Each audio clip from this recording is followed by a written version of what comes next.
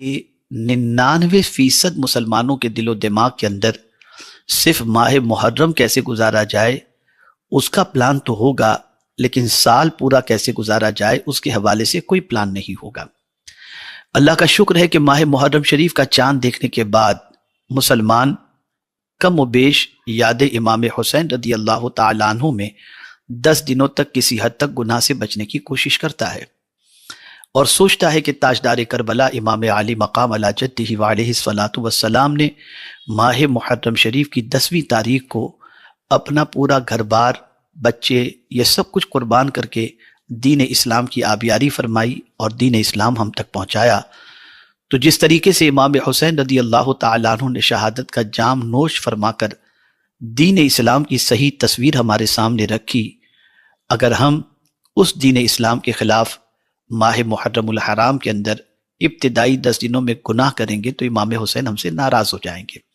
تو میں ایک سوال آپ سے پوچھنا چاہتا ہوں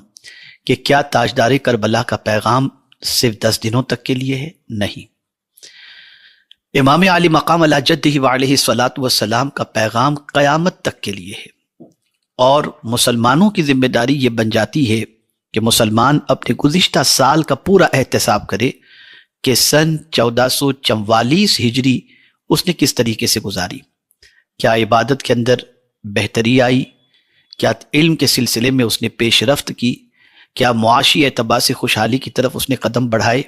کیا آوارگی اور فحاشی سے اس نے توبہ کر کے اپنے دامن کو گناہوں سے بچانے کی کوشش کی، کیا امت مسلمہ کی ترقی کے سلسلے میں اس نے کوئی قدم اٹھایا، کیا ملک کی ترقی کے سلسلے میں اس نے کوئی اسٹیپ اٹھایا۔ تو میں یہ سمجھتا ہوں کہ ہمارے پاس نہ احتساب کا وقت ہے نہ منصوبہ بندی کا وقت ہے، لیکن میں نے یہ چاہا کہ آج نئے سال کے آغاز سے پہلے میں کچھ باتیں آپ کی سماعتوں کے حوالے کر دوں، شاید کہ آپ کچھ منصوبہ بنا سکیں، اسے تحریری شکل دے کر اس کو اپنی زندگی کے اندر نافذ کرنے کی کوشش کر سکیں۔ آئیے ہم نئے سال کے آغاز سے پہلے اپنے آپ کو ان چیزوں کے لیے تیار کر لیں، شاید کہ نیت کے مطابق اللہ عز و جل ہمیں اگر عمل کی توفیق عطا فرمائے گا تو انشاءاللہ العظیم اس عمل کے ثمرات ہمیں اللہ عز و جل دونوں جہاں میں عطا فرمائے گا۔ سب سے پہلے آپ دیکھیں ماہ محرم شریف کے حوالے سے کیا فرمان ہے قرآن مقدس کا۔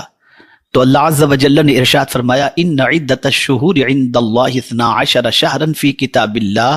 یوم خلق السماوات والارض منها 4 حرم ذالک الدین القیم فلا تظلموا فیہن انفسکم۔ بے شک مہینوں کی گنتی اللہ کے نزدیک 12 مہینے ہیں اللہ کی کتاب میں، جب سے اس نے آسمان و زمین بنائے، اور ان میں سے 4 حرمت والے مہینے ہیں۔ 4 مہینوں کو اللہ نے حرمت عطا فرمائی۔ اب آپ اس چیز کو اچھی طریقے سے ذہن میں رکھیں کہ ان 4 مہینوں کا احترام کرنا، ان 4 مہینوں کے اندر اپنے آپ کو کیا چیز سے روکنا ہے، اس کے حوالے سے بھی قرآن مقدس میں رب نے فرمایا فَلَا تَظْلِمُوا فِيهِنَّ أَنفُسَكُمْ، تم اپنی جان پر ان 4 مہینوں میں ظلم نہ کرو، یعنی اپنے آپ کو گناہوں کے اندر گرفتار نہ کرو، اللہ کی نافرمانی کی طرف نہ لے جاؤ، اللہ کے ارشاد کے خلاف کوئی عمل نہ کرو، اس کے پیارے حبیب صلی اللہ علیہ وسلم کے فرمان کے خلاف کوئی عمل نہ کرو، اپنی جان پر ظلم کرنے سے ان 4 مہینوں میں بچو۔ وہ 4 مہینے کون سے ہیں؟ تو پہلا مہینہ اسلامی مہینے کے اعتبار سے اسلامی سال کا پہلا مہینہ یعنی ماہ محرم الحرام،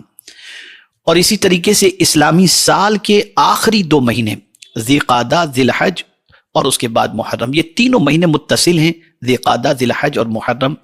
یہ 3 مہینے حرمت والے ہیں، اور اسی کے ساتھ ماہ رجب المرجب یہ بھی حرمت والا مہینہ ہے۔ ان 3 مہینوں کے اندر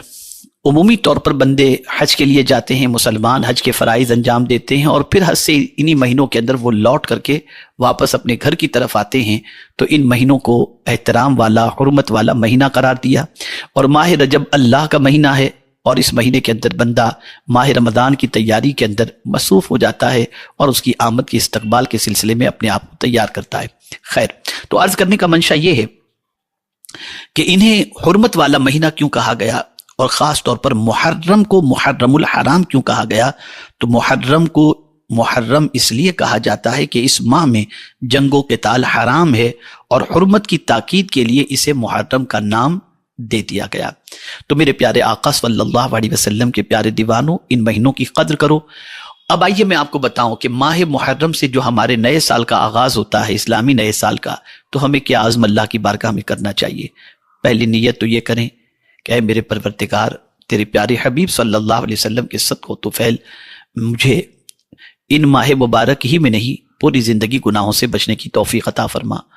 میں اپنے دامن کو گناہوں سے بچا سکوں، اور پھر خود اپنے آپ کے دل میں یہ پختہ ارادہ بھی کریں کہ صرف زبان سے آپ اللہ کی بارگاہ میں دعا نہ کریں گے، بلکہ پوری جد و جہد کے ساتھ اپنے آپ کو گناہ سے بچانے کی کوشش کریں گے، جیسا کہ رب نے فرمایا فَلَا تَظْلِمُوا فِيهِنَّ أَنفُسَكُمْ۔